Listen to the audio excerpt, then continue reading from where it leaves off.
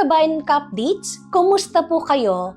Welcome to Realty Talks with yours truly, your manager for property investment, your ka-updates, Jonah Apalia.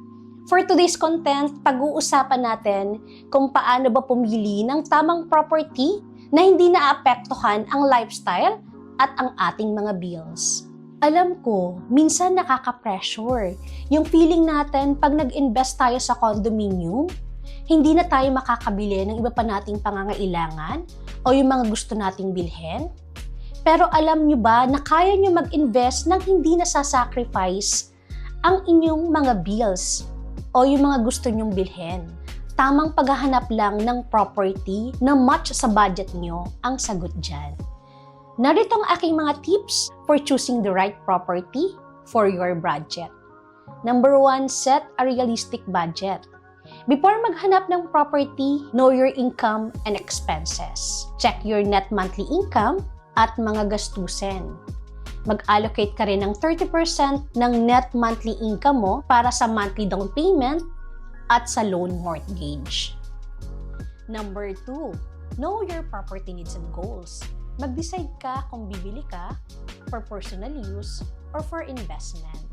Kung residential ang purpose, mag-focus sa comfort and lifestyle.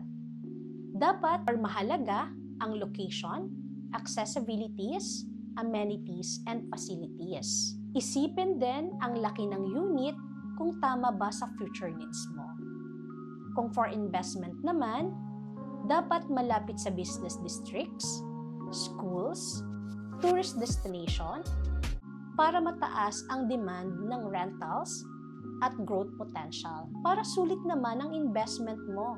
The good news is, may mga property management services tayo na pwedeng mag-handle ng rentals para hassle-free na rin sa mga unit owners na gaya mo. Choose the right payment scheme na fit sa budget mo. Pumili ng mga property selling types na gusto mo. First, pre-selling o still under construction. Ang mga properties na under construction o karaniwang tawag na pre-selling ay nag-o-offer ng no spot down payment.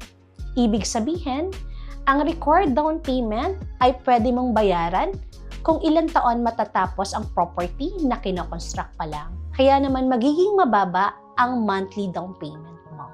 Second is ready for occupancy. Ito naman yung mga units na pwede ng tirahan or pwedeng for rentals like Airbnb. Ang kailangan is magbayad ng spot down payment to move in. And that's all for today's content, ka-updates. Kung marami kayong natutunan at nag-enjoy sa video na ito, please subscribe to my YouTube channel and hit the notification bell.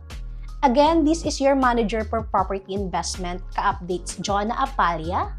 See you on my next episode. Dito lang yan sa Realty Talks.